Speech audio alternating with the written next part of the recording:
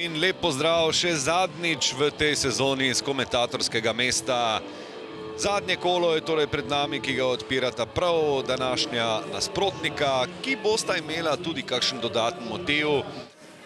Vedno Kolmanič, lepo je pripeljal žogo tja proti napadalni tretjini. Hotič pogleduje proti vratom, morda poskusi kar strelom. Kakšna bomba, zares je krasno z levico zavrtinčil žogo na eni izmed tekem proti Triglavu. To je dober prenos igre, zdaj naprej velika priložnost za Zahoviča. Gol!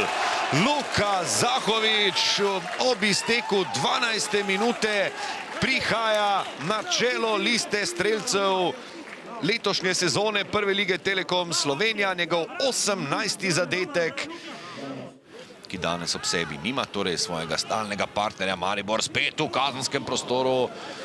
Tole je bilo blizu, kar pomeni, da vijoličasti še naprej lahko napadajo.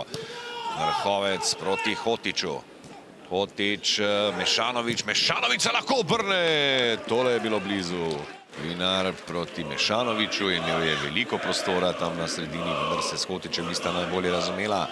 Zato pa se zdaj akcija odvija že na drugi strani. V kazenski prostor je z žogo pritekel Tonči Mujan in gol! Avtogol, če vidim prav, ali če sem videl prav.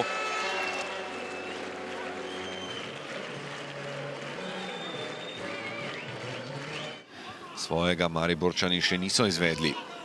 Sikošek ogleduje proti vratom, podaja proti Nikolsonu.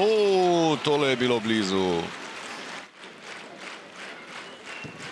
To ni slaba podaja, najviše skače Rajčevič, Vetrih poskuša in gol! Amedej Vetrih v 38. minuti Domžale pelje v vodstvo. Kjer je z žogo naprej potegnil Gnezda Čerin, zdaj je že v polnem teku domžalski napad. Nikolson je prišel do žoge, zdaj bo poskusil tudi strelom. Tole ni bilo slabo, tole ni bilo slabo.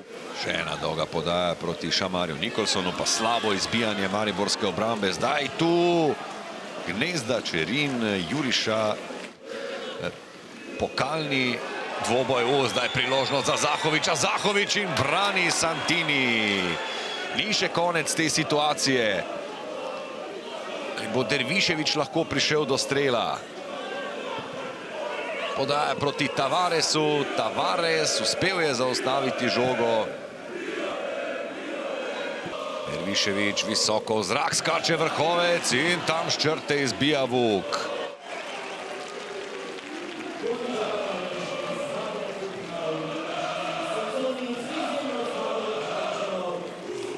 Ja, res je, jaz bi čestitil fantom ne samo za to tekmo, ampak za celotno sezono. Mislim, da smo prvi v tem spomladanskem delu, to, kar je bil ta naša želja. Jaz bi se iskreno zahvalil fantom za, mislim, da eno dobro pol sezone. Ujeli smo tisto konstanto, ki smo iskali. Današnja tekma, bi rekel, na dokaj visokem nivoju. Dober naš prvi polčas, normalno je, da so nas oni potem nekako v zadnjih 15 minutah stisnili pred svoj gol. Ampak mislim, da smo se korektno obranili, da smo si po vseh teh tekmah z njimi tudi zaslužili že eno zmago. Predvsem škoda je, da smo v prvem polčasu prednost tako zlahka pustili, da smo enostavno bili malo preveč pasivni.